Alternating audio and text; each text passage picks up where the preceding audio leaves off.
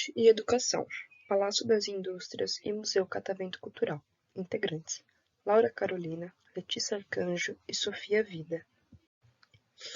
Nas primeiras décadas do século XX, a cidade de São Paulo passou por uma grande reforma arquitetônica, que valorizavam o progresso.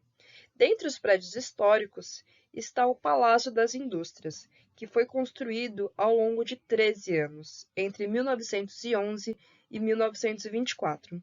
O prédio foi projetado com o objetivo de abrigar exposições que demonstrassem a pulsão econômica de São Paulo. Ao longo de sua história, o prédio mudou de função várias vezes, funcionando no local a sede de diversas instituições públicas, como o Poder Legislativo, entre 1947 e 1968, e a Prefeitura de São Paulo, na década de 90. Em 2009, passou a funcionar o Museu do Catavento, que promove eventos de caráter cultural. Este prédio é tombado pelo Patrimônio Histórico Estadual e Municipal. O Museu Catavento foi inaugurado em 2009.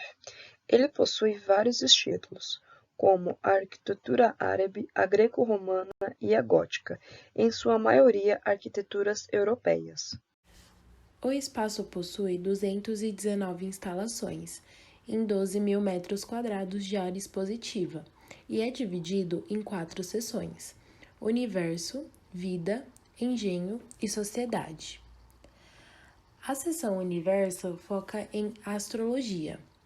Já a seção Engenho também aborda público de exatas, pois fala sobre óptica, eletrostática e lei de Newton. A seção Sociedade tem foco em ciências humanas. Geralmente, pessoas que estudam história, sociologia, artes visuais, pedagogia, letras costumam visitar esta seção.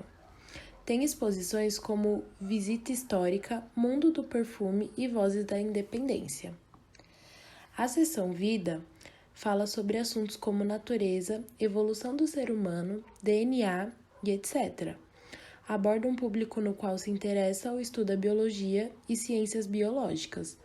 Porém, como nesta seção também apresenta o tema Terra, podemos dizer que também tem um foco em geografia, quando fala sobre assuntos como bioma.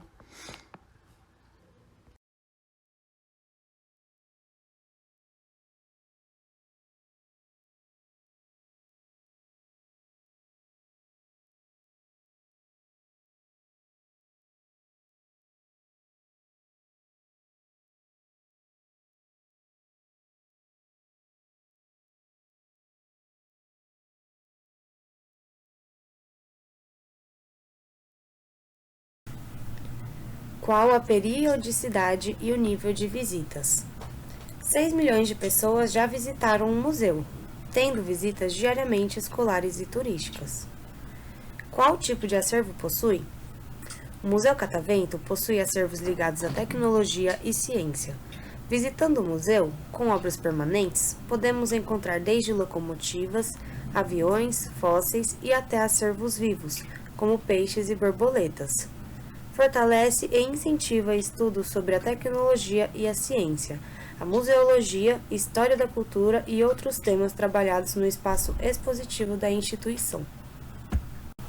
Este é um dos principais itens do acervo do Museu Catavento Cultural, o relógio Kolbe, que pertenceu à antiga Estrada de Ferro Sorocabana, de 1875 até 1971. Aqui temos um animal marinho para representar a exposição Vida e o que vamos poder conhecer nela, com vários aquários e diversos tipos de peixe e outros animais também. A locomotiva jiboia, que está localizada ao lado de fora do museu, foi fabricada na Alemanha e importada para o Brasil em 1937, pela Companhia Paulista de Estradas de Ferro. Esse modelo teve apenas 3 unidades produzidas, pois era muito potente e por isso era usada principalmente para o transporte de carga. E as borboletas são referência ao borboletário do museu, um espaço criado para a troca de experiência de muitos profissionais e para o acolhimento de visitantes. Ele teve tanto sucesso que já está no museu há 7 anos. Vozes da Independência. A independência do Brasil não foi um fato isolado ocorrido às margens do Ipiranga em 7 de setembro de 1822. Foi resultado de um longo processo histórico, e não foi pacífico. Levantes como Inconfidência Mineira, 1789, Conjuração Baiana, 1798, Revolução Pernambucana, 1817, Confederação do Equador, 1824, visavam a separação de Portugal e também seguiam o movimento republicano nas Américas. Nesses levantes, várias pessoas tiveram um papel significativo. Aos 200 anos da independência do Brasil, essa exposição visa apresentar personalidades que foram importantes, direta ou indiretamente, para o processo de independência e suas participações, por vezes bem corajosas.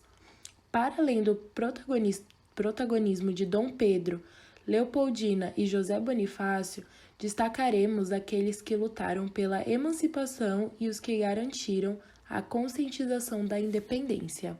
Museu Catavento.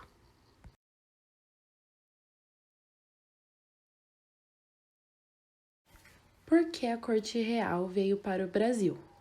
Dom João VI foi quem trouxe a família Corte Real para cá, porque na Europa Napoleão estava invadindo os países e declarando um bloqueio continental para que os outros países não fizessem relações com a Inglaterra. Portugal não poderia aceitar isso, pois dependia muito da Inglaterra. Então decidiram continuar fazendo relações com os ingleses e fugir para o Brasil, para Napoleão não invadir Portugal. Leopoldina. Leopoldina era imperatriz, esposa de Dom Pedro, e tem muita importância no movimento da independência, pois era bastante popular e enviou cartas para Dom Pedro avisando que precisavam declarar a independência, pois Portugal estava fazendo pressão para retomarem, porque até então o Brasil ainda era uma colônia. Então, as cartas que ela enviou para Dom Pedro resultaram no movimento da independência, que foi totalmente improvisado.